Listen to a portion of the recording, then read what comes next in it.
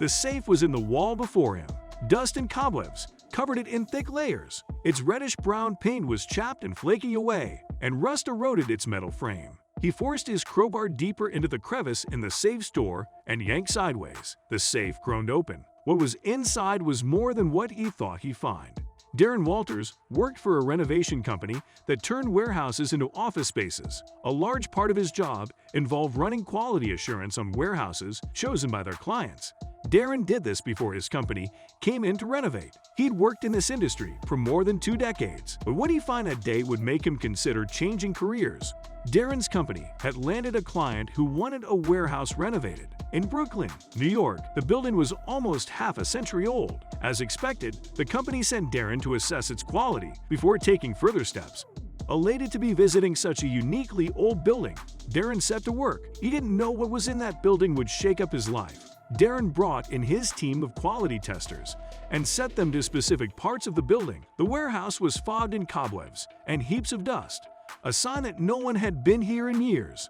Darren took the topmost floor where management offices stood, leaving his team to work on the lower levels.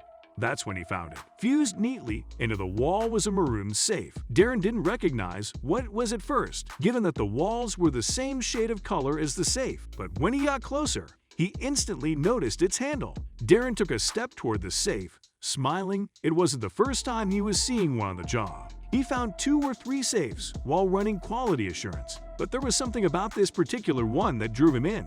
Darren neared the safe to see what he was dealing with this time. The other safes he found were usually unlocked, but he suspected that wasn't the case here. He ran his fingers on the safe's dusty handle and dared a tug. "Locked," he said to himself. He looked closely, smiling as an idea formed in his mind.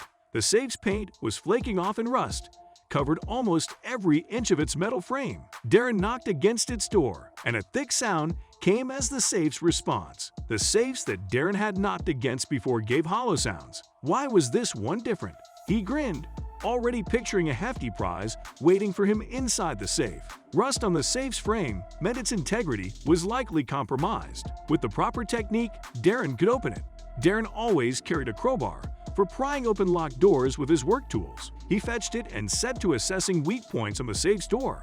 If someone locked valuables inside, he would find them. Darren spotted a crevice on the door. He jammed his crowbar's claw in, tugging at the tool to test the safe's integrity. "Firm," he said in a breath, tugging once more. The safe wasn't budging. How could he work around this? His gaze fell back on his toolbox, and he spotted something that would come in handy. A small knife shone among the equipment he carried. Darren fetched it, fitting it into the safe's keyhole. Slowly and with care, he moved the knife from one side to the next, listening for the telltale snap of the locking mechanism. A minute passed, then 2, but Darren hadn't made any progress in cracking the safe. He was about to give up when the lock clicked. Darren took a step back, waiting for the safe's door to slide open. He'd unlocked it, yet nothing was happening. He yanked at the handle, and the safe groaned in resistance. He almost groaned. He'd already wasted an hour on this safe, an hour he should have spent assessing the warehouse. He crossed his hands over his chest. It seems whatever was in that safe would stay inside. Darren turned away from the safe. He was supposed to be working on the warehouse, not wasting time here.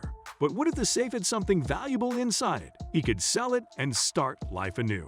Darren's lips curled, and he snatched his crowbar and forced it through the safe's door. He pushed with all his might, and the safe sprung open.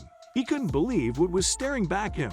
Stacks of dollars and gold bricks filled the safe from top to bottom. Darren's jaw slackened, and his body burned with adrenaline. He tried to formulate words to rationalize what he was looking at. He ran a hand against his lips, not knowing he was grinning at himself. "Millions," Darren whispered, already contemplating quitting his job.